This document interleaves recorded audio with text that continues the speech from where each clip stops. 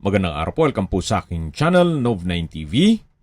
Patalasasan po, meron po ba kayong mga properties na napapabayaan or non-performing assets? Plan nyo ibenta, pero wala kayong oras pagbenta nito.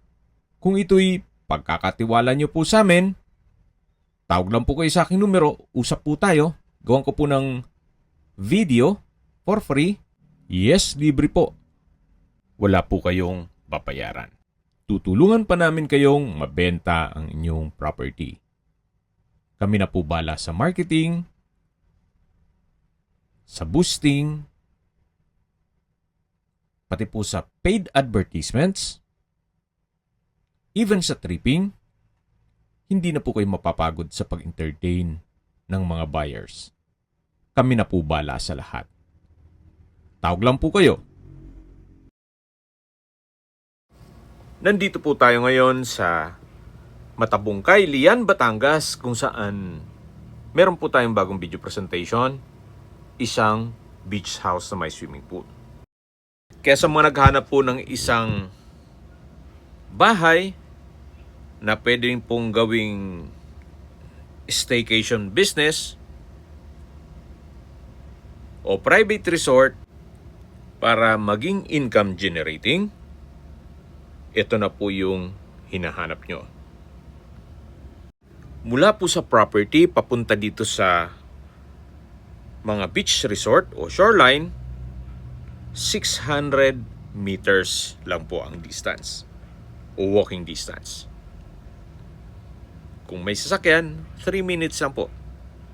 Ang kagandahan po dito sa Matabungkay ay marami pong turista. Kaya kung sakali man na i-convert nyo po ito sa isang beach house private resort, hindi na po kayo mahihirapang mag-market nito. Ang kagandahan po sa ganitong setup ay may rest house ka na, may negosyo ka pa. Yan po kagandahan nitong mga ganitong setup na property.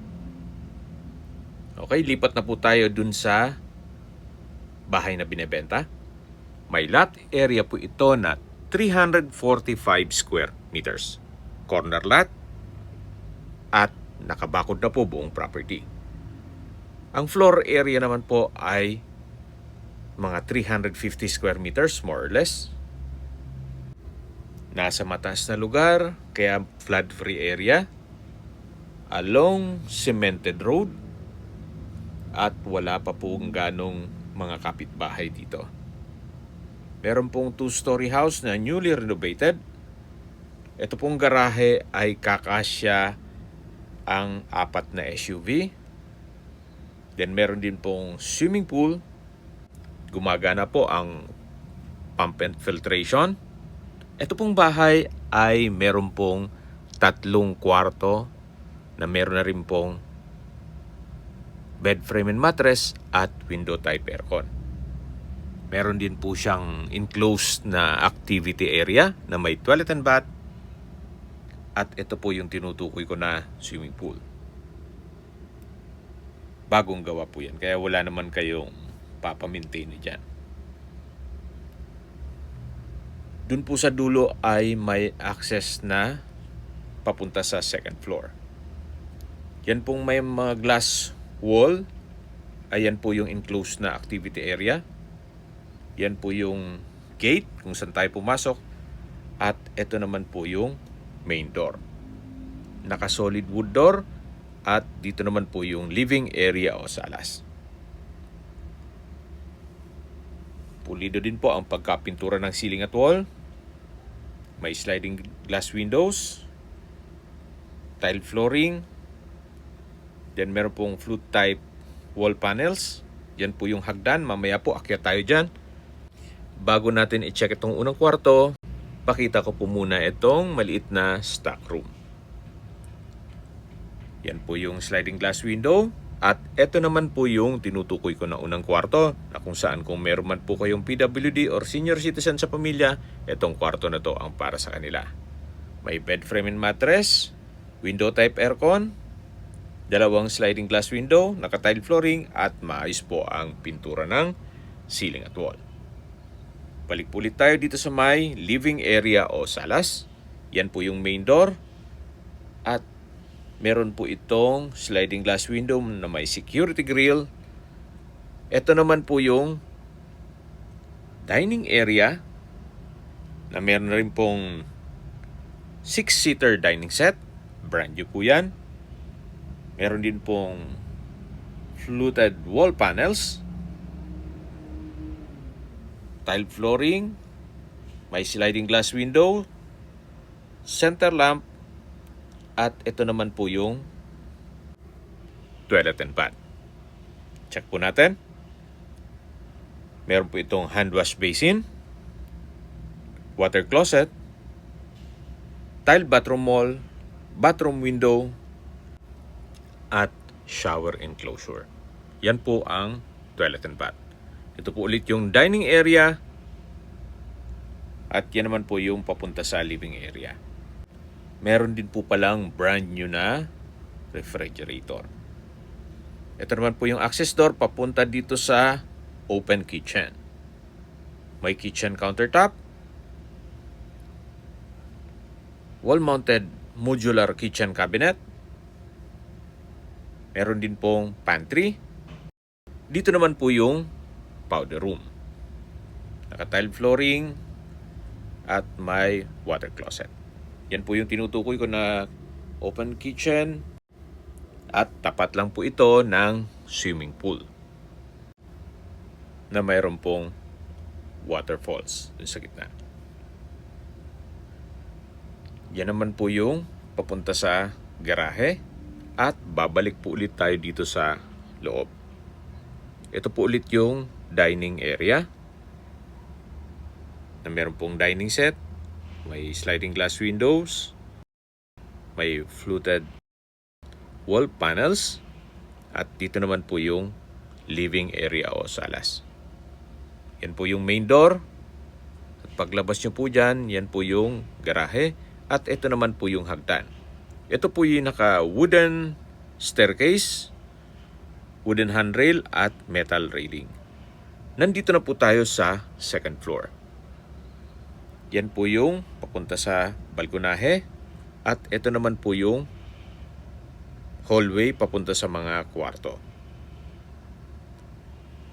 Mula po dito sa balkonahe, matatanaw nyo naman ang kapaligiran. Marami pa pong bakanting lote at may ilang mga kabahayan. Kaya po nang nasabi ko sa inyo kanina, mula po dito 600 meters lang po papunta sa dagat. Kaya pwede nyo pong lakarin.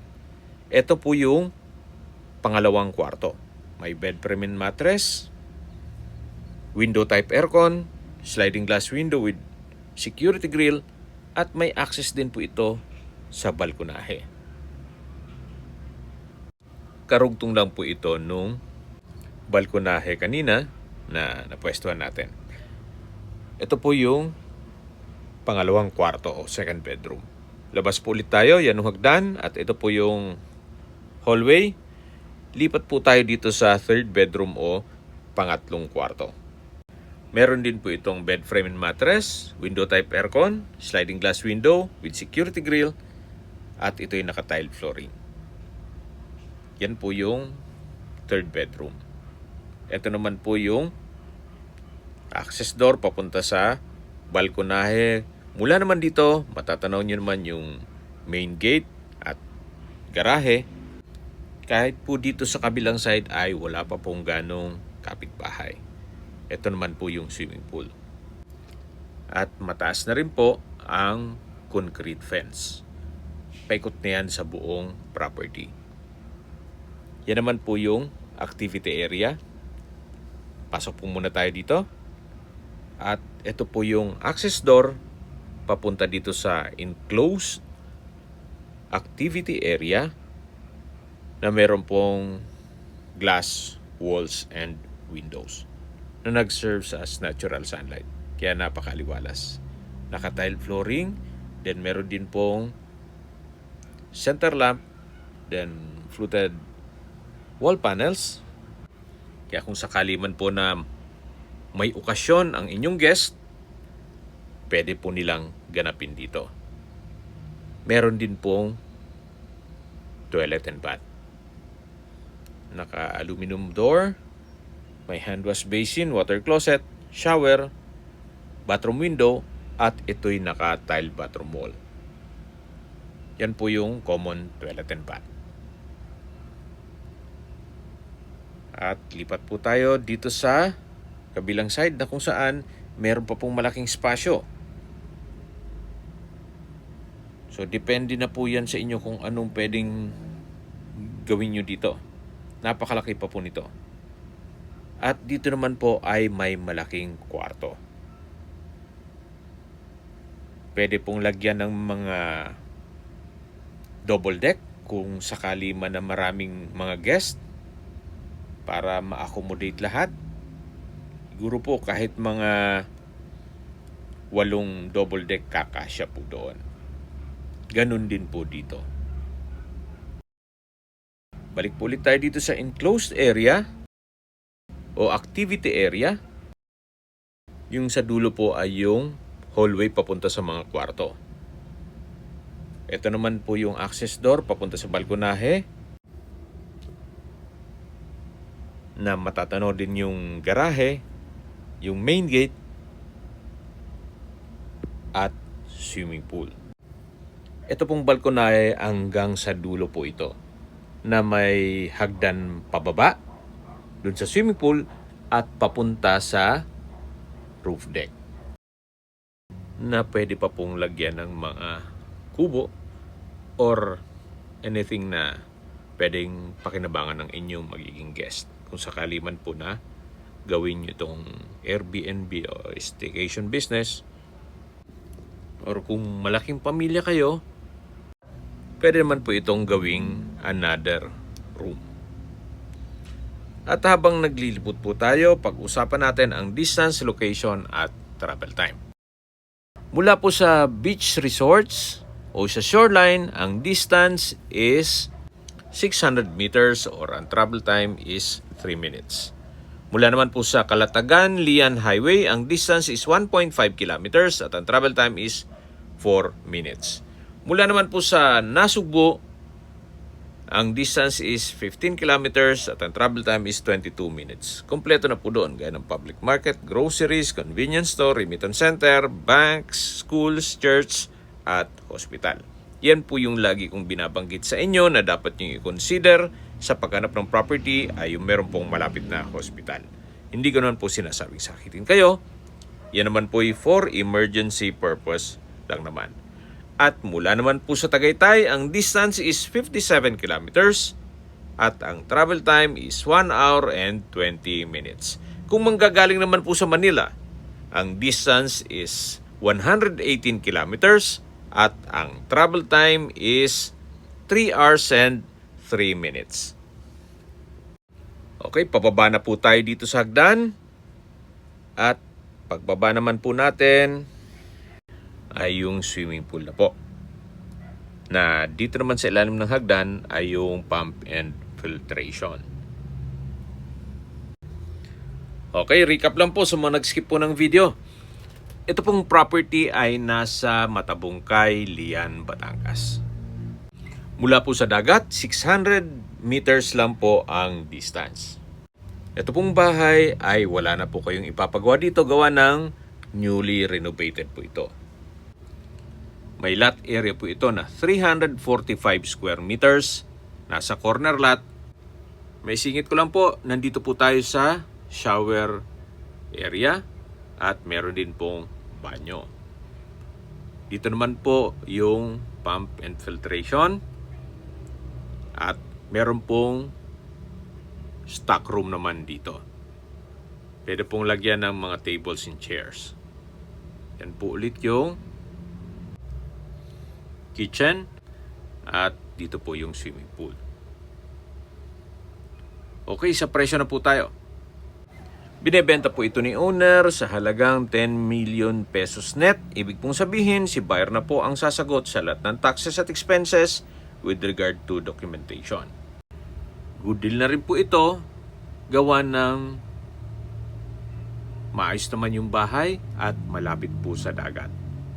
possible pa pong maging income generating kung gawin yung staycation business.